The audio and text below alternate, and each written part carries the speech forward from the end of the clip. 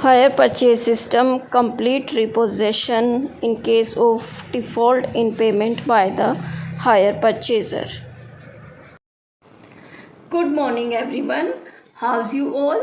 I hope you all are fine, and this is our today's topic, hire purchase system, and in this we specifically cover the area related to full repossession of goods, and a practical problem will be here related to this.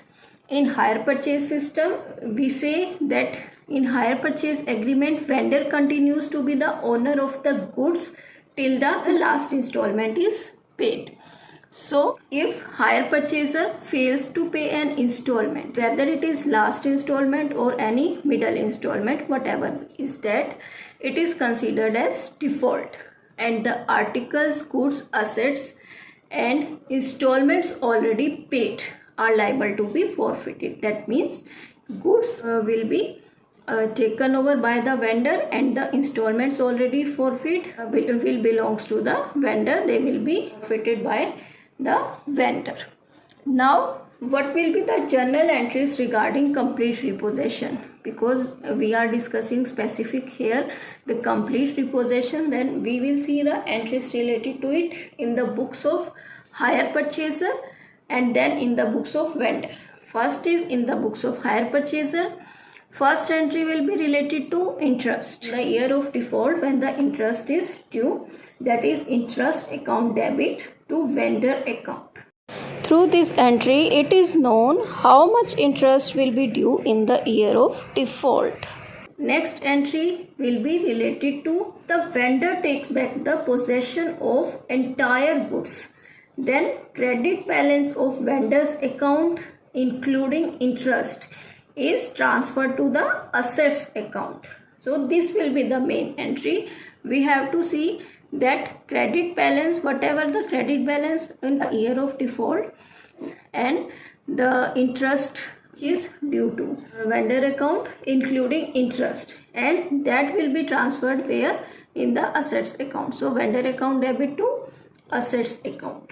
Then third entry will be profit and loss account debit to assets account. What we are doing here, after providing depreciation for the current period, if there is any balance left in the assets account, then we will close it by transferring it to the profit and loss account. So if there is any loss, then profit and loss account debit to assets account, we will take it to the debit of the profit and loss account. Then we go to the entries in the books of vendor on repossession of goods, or goods are returned by the hire purchaser. Then goods returned account is opened and the goods returned account debit to hire purchaser account. Goods returned goes to the vendor. Then for the amount of expenses incurred on the repair of goods repossessed in order to make them suitable for resale, because the goods are returned to the hire vendor by the hire purchaser, incurring some expenses, these goods can be repaired and so that they can be in a saleable condition. So he does some expenses. So for that what will be the entry? Goods returned account debit to bank account, right? Then next is for the cash received on the resale of such goods. If we see that the goods returned are sold, then bank account debit, cash is receiving here to goods returned account, because goods returned are sold, and this entry will be here bank account debit to goods returned account. Next, goods returned account debit to profit and loss account.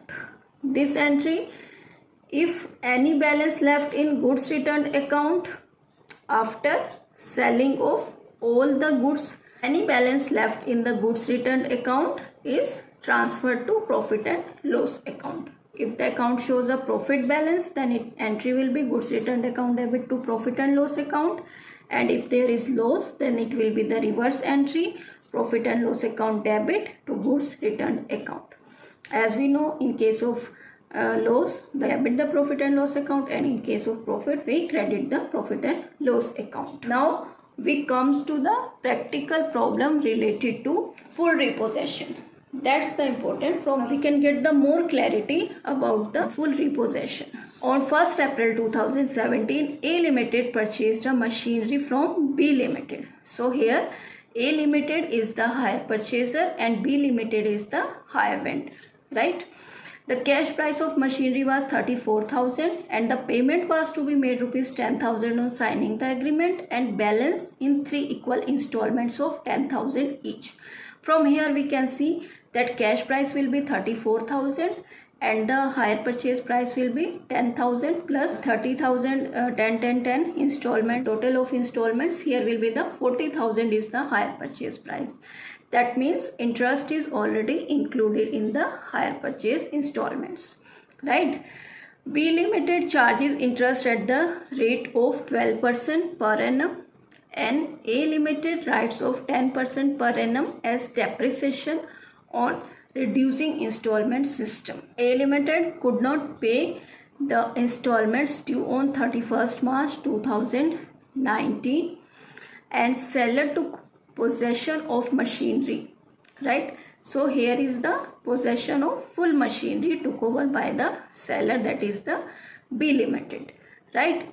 Open ledger accounts in the books of both the parties. That means here we will show the accounts in the books of hire purchaser and also in the books of vendor, in the books of A Limited and in the books of B Limited. First of all, in the books of A Limited, hire purchaser, in this we will make the machinery account. First entry will be related to purchasing the machinery account debit to B Limited account.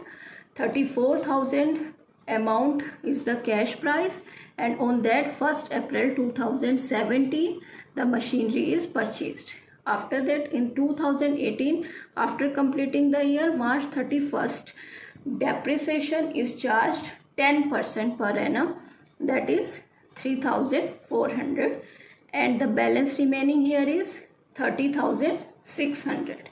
After that we see in next year, here in 2018 April 1st, balance BD 30,600 is brought down and on March 31st depreciation is charged 10% of it, 3060, right?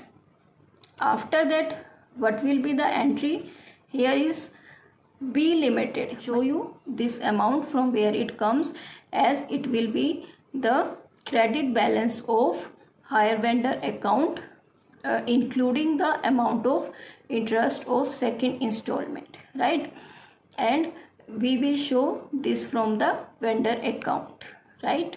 And after that here is the balance remaining is by statement of profit and loss account. Balancing figure here is the of machinery account, is the total here, right? So all this is the machinery account. Now we see here the journal entry basically of full repossession, that is B Limited account to machinery account. Machinery returned to B Limited hire vendor in consideration of balance owing to him. Credit balance of vendor's account including interest due for the second year, that will be transferred to machinery account and the entry is above here. In the books of A Limited we are making here B Limited account, that is vendor account. Here will be the first entry in our ledger account we are showing here is related to purchasing on April 1st 2017. Here is the purchase of machinery, B Limited account. In B Limited account we have shown here machinery account debit to B Limited, right? Then on that date, on signing the agreement April 1st 2017, same here is the payment of advance money. On signing the agreement, the payment of 10,000 rupees. After that in 2018 on March 31st, first installment of 10,000 is paid, and before that we will see the on March 31st interest is due, interest account debit to B Limited account, that is 2880, and the installment is paid. First installment is here to bank account 10,000 amount and the balance here is 16,880. That means first installment is paid by the hire purchaser. After that in 2018 brought down that balance of B Limited account, that is 16880. Here we show the interest which is due on the second installment, and the entry of that interest is interest account debit to B Limited account. Here we have shown that this on this balance 12%, at the rate of 12% the interest is this, and from that the entry which earlier I have told you about, that B Limited account to machinery account, the balance of B Limited account will be transferred to machinery account 18906, which shows here the credit balance of vendors account including the interest due for the second year will be transferred to machinery account, as it is for return due to default B Limited in consideration of the balance owing to him. In the books of B Limited, we are making here A Limited account. That means in the books of vendor, we are making here hire purchaser account. So first transaction which will show through this ledger account on April 1st 2017, A Limited account to hire sales account 34,000, and on same date on April 1st 2017 the 10,000 amount in starting at the time of signing the agreement is paid here, bank account debit to A Limited account. Then here comes March 31st 2018, the interest is due. First this is charged on 34,000 minus 10,000, 24,000 into the rate of interest is 12%. So 12% into 24,000 is 2880. Then here is the next, our first installment 10,000 is paid, and the balance of the A Limited account is here 16880. Then next will be, here is in 2018 April 1st we will take the balance brought down 16880. 2019 March 31st the interest is due here is 2026. That is on this balance we will calculate at the rate of 12%, 2026 it will be in the year of default. This amount total here comes 18906, and this will be transferred to goods return account. That means goods are returned to the B Limited by A Limited, right? So here will be the entry, goods returned account debit to hire purchaser account. That means goods returned account debit to A Limited account in the books of B Limited. After that we see here the goods repossession account, or we can say it goods returned account. In this on March 31st 2019 goods returned account to A Limited account, same entry will be here, and the balance of goods returned account is here.